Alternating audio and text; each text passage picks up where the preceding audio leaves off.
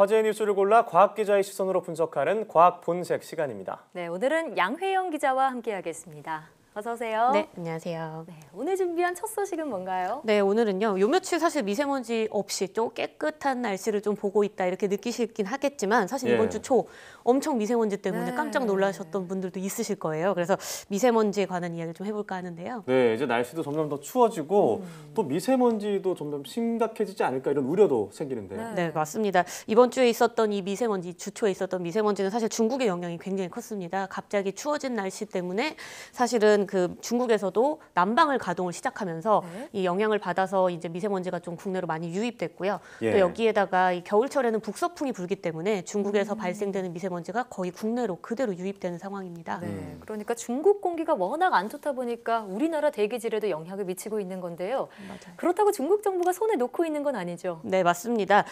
지난 3년 동안 2015년에서 17년 정도 이 3년 동안에 이 중국 정부에서 있었던 이 연구 결과를 보면요. 네. 중국에서 발생되는 미세먼지의 농도가 줄어들고 있다라고 나왔습니다. 이게 영국 연구진이 이제 실제로 논문을 발표한 내용인데 중국 전체로 보면은 한 약 매년 7.2%씩 감소를 했고요. 베이징과 같은 어떤 이제 수도 대도시를 기준으로 보면은 대도시 그 베이징은 매년 14.4%에 달할 만큼 굉장히 초미세먼지 농도가 많이 줄어들었다고 합니다. 근데 문제는 이 올해 중국 정부가 대기 오염 방지를 위해서 이제 굉장히 강력한 조치를 원래 해서 이 정도 많이 줄어든 건데 올해는 그 조치를 좀 완화하겠다고 발표를 했어요, 이미. 그래요? 네, 중국의 이 생태환경부가 올해 10월부터 내년 3월까지 딱 겨울철이죠. 이 난방을 많이 뜨는 겨울철 기간에 이 베이징을 비롯한 각각의 그 도시들에서 초미세먼지 농도를 지난해 대비 3% 정도 줄이겠다 이렇게 발표를 했습니다. 근데 문제는 이 8월에 발표했을 때는 한 5% 정도 줄이겠다고 했는데 목표치를 조금 수정을 했고요. 완화한 거네요. 네, 그렇죠. 그리고 지난해 대비로 생각을 해보면 지난해에는 그 전년도 대비 15% 감축 목표를 잡아서 줄여 나갔는데 올해는 전년 대비 3%니까 굉장히 적게만 줄이겠다 이런 식으로 좀 볼 수 있죠. 네, 조금 미세먼지가 좀 나아지나 싶더니 슬금슬금 낮추고 있네요. 네. 근데 중국이 이 목표치를 감축한 이유가 있을까요? 네, 이게 사실은 중국도 물론 중국 내부의 자국민들의 어떤 건강을 위해서 사실 미세먼지의 어떤 양들을 줄이려고 노력은 해왔지만 이번에는 이 미국과의 무역 전쟁 때문이라는 설이 많습니다. 이 미국과의 무역 전쟁이 굉장히 지금 심화되고 있기 때문에 경기 위축이 우려되는 상황이고요. 그렇다 보니까 공업 생산, 그러니까 공장을 많이 돌려서 경기를 살리겠다는 의지로 분석이 되고 있는 건데요. 그래서 이제 그 중국 환경 당국에서는 이 공장들이 뭐 이제 오염물질을 배출하는 거에 대한 단속들도 조금 허술하게 하고 있고요. 그래서 대기 오염물질 배출이 이제 과거보다는 많이 늘지 않을까 이렇게 걱정하고 있는 상황입니다. 그렇군요. 그런데 멀쩡했던 하늘이 뽀얘지면 중국 탓부터 하게 되기 마련입니다. 근데 정말로 국내 미세먼지의 상당 부분이 중국이 원인이다 이렇게 볼 수 있을까요? 네, 이제 뭐 사실 그거에 대해서 갑론을박이 굉장히 많았는데 이제 올해 중순쯤에 이제 국립환경과학원에서 조사한 결과를 보면 중국의 영향이 상당 부분 차지하는 것을 알 수 있었는데요. 이 중국의 기여도가 분석을 해보니까 굉장히 세밀하게 분석을 해보니까 연평균으로는 한 45%를 차지했습니다. 거의 절반에 가까운 수준이죠. 월별로는 최대 69%까지 중국에 영향을 미치는 때도 있었다고 하는데요. 그러니까 중국을 포함해서 국외, 그러니까 뭐 북한이나 일본과 같은 국외의 요인이 국내의 미세먼지의 한 80%를 차지하고 있다 이렇게 볼 수 있습니다. 근데 그럼에도 불구하고 뭐 물론 외국 바깥한만 할 수는 없잖아요. 국내 영향도 만만치 않은 상황인 건데요. 국내의 수준, 그러니까 국내의 미세먼지 농도를 가지고 실제로 배출원별로 어떤 식의 이제 차이가 있나를 한번 살펴봤어요. 서울시가 조사를 해봤는데 조사를 해보니 교통 부분, 그러니까 노후 경유차에서 나오는 미세먼지와 같은 것들이 한 41%를 차지하는 것으로 나왔어요. 국내 요인 중에서요? 네, 국내 요인 안에서도 노후 경유차가 한 41%를 차지했고요. 그리고 난방 부분, 그러니까 뭐 석탄 화력 발전소 같은 거, 뭐 난방으로 인한 어떤 매연 물질 이런 게 한 33%를 차지했고요. 그밖에 뭐 비산먼지 같은 게 한 23%를 차지한 것으로 나타났습니다. 네, 얘기를 들어보니까 중국의 영향 영향이 역시 크지만 국내 문제도 무시할 수 없는 수준인 것 같은데 네.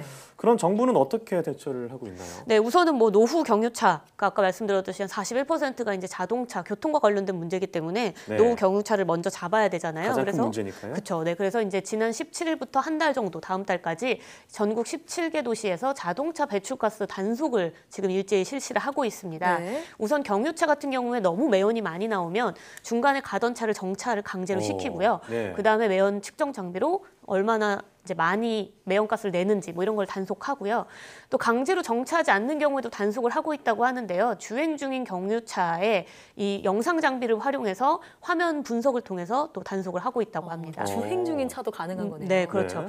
그리고 또 환경부 같은 경우에는 지자체와 다르게 휘발유 차량도 배기가스 배기가스 단속을 하고 있어요. 그러니까 경유차뿐만 아니고요. 네, 경유차만이 이제 단속 대상은 아닌 건데요. 예. 원격 측정기라는 거를 사용합니다. 이 자동차가 지점을 통과를 할 때 적외선과 자외선을 이용을 해가지고 그 공기 중에 있는 물질들을 이제 측정을 할 수 있어요. 네. 그래서 네. 얼마나 많은 배기가스들 혹은 이제 미세먼지를 만들어내는 물질들을 배출하는지를 확인을 해서 이제 적발을 하고 있는데 만약에 적발이 된다면 200만 원 이하의 과태료를 물 수도 있고요. 또 배출 허용 기준을 넘는 뭐 노후 경유 차량 같은 경우에는 최대 10일 정도 운행 정지를 당한다고 합니다. 네. 그리고 또 앞서 이야기했듯이 이제 교통 부분이 41%를 차지하지만 뭐 난방과 같은 발전소도 한 30%를 차지하잖아요. 그래서 불법 소각장, 뭐 건설 공사장, 뭐 대기 배출 사업장 등 미세먼지 배출에 관련된 현장에도 현장 점검을 현재 나가고 있습니다. 네. 네. 자, 이렇게 미세먼지 소식 살펴봤고요. 다음 네. 준비한 소식은 뭔가요? 네, 이게 얼마 전 저희 요것도 또 며칠 전에 전해드렸던 소식인데요. 난자 동결 보관에 관련된 이야기를 좀 해보려고 하거든요. 네, 결혼이랑 출산이 늦어지면서 여성들 중에서 난자 동결을 하려는 사람들이 많다 이런 네. 소식이었죠. 네, 맞습니다. 이 30대 후반 여성들이 주로 하던 난자 냉동 보관 혹은 뭐 암 환자들을 대상으로 원래 하던 게 이제 난자 냉동 보관이었는데요. 이게 이제는 20대 여성들로 확산되고 있다 이런 그 보도였죠. 네. 실제로 차병원 그룹에서 이 병원 세 군데에서 난자 동결 시술이 어떻게 되는지 살펴보니까요. 2013년에는 분명히 23명이었는데 네. 지난해에는 오. 12배가 넘는 288명이 되는 것으로 네. 나타났습니다. 숫자 자체만 는 것이 아니라 양상도 굉장히 특별해요. 네. 과거에는 앞서 이야기했듯이 대부분 항암 치료에 의해서 이제 건강상의 이유로 건강한 난자를 동결시키자 이런 식으로 의사의 권유로 시작했다면 네. 최근에는 질병이나 뭐 결혼 유무와 상관없이 하고 있기 때문에 만원 대비를 하기 위해서 62%가 난자 동결을 선택했고요. 시험관 아기를 위해서 난자 동결을 선택한 사람이 오히려 그보다 한 절반 정도인 23% 정도에 그러네요. 머물렀습니다. 네.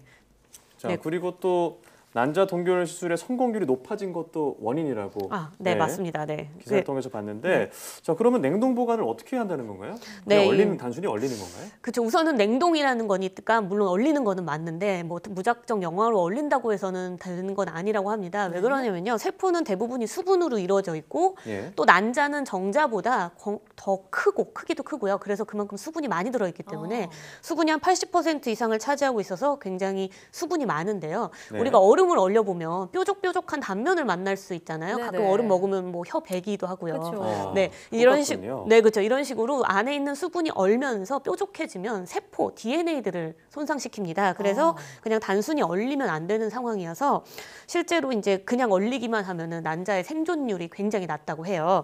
근데 1998년 차병원이 개발한 유리와 난자 동결법이라는 게 있습니다. 네. 이게 굉장히 획기적으로 난자 폐기율을 낮춘 방법으로 알려져 있는데요. 동결 억제제를 넣고 10초 안에 온도를 영하 190도에서 200도까지 낮추게 되면요.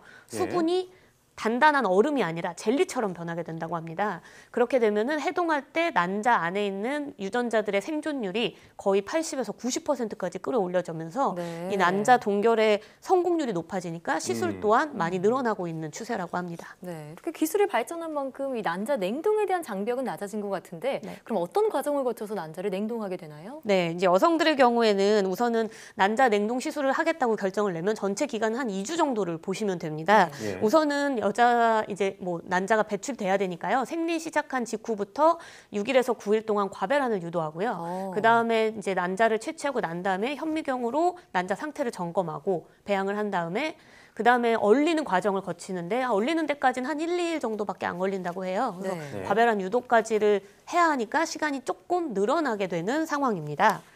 그렇군요. 자, 그럼 난자 냉동 시술을 받는 데는 나이가 너무 어려도 안 되고 너무 많아도 안 될 것 같아요. 네. 적절한 나이가 있을까요? 네, 우선은 뭐 가임기 여성이라면 사실은 물론 받을 수는 있는데요. 네. 남성과 달리 여자는 이제 난자를 총량을 갖고 태어나잖아요. 네. 그래서 이제 건강한 난자부터 차례로 배출하기 때문에 아무래도 어리면 어릴수록 사실은 건강한 난자를 남겨놓을 네. 수 있는 가능성이 좀 높고요.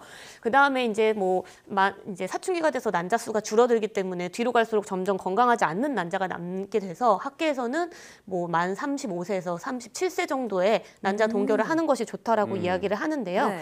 하지만 이 전문가들은 무작정으로 이 난자 동결을 해야 된다 이렇게 보지는 않고 네. 적절한 뭐 상담 같은 거 상황에 맞춰서 해야 된다고 하는데요. 전문가의 설명을 이 부분은 좀 직접 들어보도록 하겠습니다.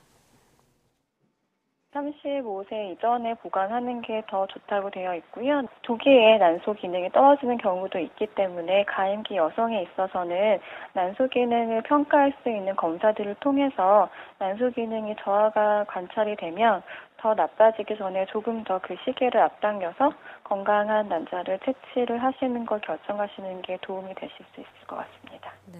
그러니까 신체 조건에 맞춰야 한다 이런 얘기네요. 네. 옛말에 아기는 삼신할매가 점지해준다 그랬는데 그 말이 진짜 옛말이 되지 않을까 싶습니다. 네. 오늘 과학 분석 잘 들었습니다. 네, 감사합니다.